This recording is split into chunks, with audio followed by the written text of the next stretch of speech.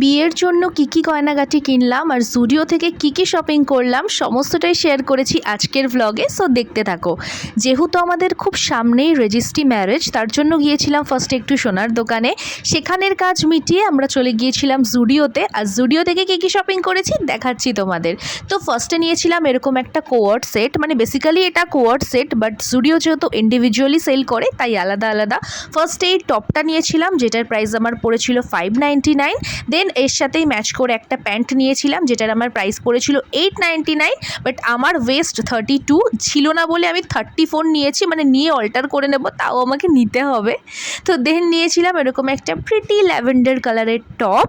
তারপর ছিল এটা কি কালার বলবো, এটাকে বিস্কিট কালার বলবো, তো যাই হোক কিছু একটা কালারের আরেকটা টপ। আর দেন নিয়েছিলাম এই গরমে পরার জন্য বেসিক একটা পেস্তা কালারের টি শার্ট। তারপর ছিল আমার জন্য একটা বডি স্প্রে। আর লাস্টলি ছিল আমার সবথেকে ইম্পর্টেন্ট জিনিস কটন প্যাড। আর রিক কী কিনলো দেখাই। ফার্স্টে গিয়েছিলাম ঘড়ি দেখতে, আর এই ঘড়িটা আমাদের দুজনেরই ভীষণ পছন্দ হয়েছিল, কিন্তু এটা ডায়ালটা এত ছোট, আর ছোট ডায়াল আমাদের কারুরই ভালো লাগে না। তারপরও এরকম কয়েকটা শর্টস নিল। আর আমি কী গয়নাগাটি কিনেছি সেটার জন্য তো আমার রেজিস্ট্রি ব্লগটা তোমাদের দেখতেই হবে, যেটা আসবে খুব তাড়াতাড়ি, মানে আগে হোক।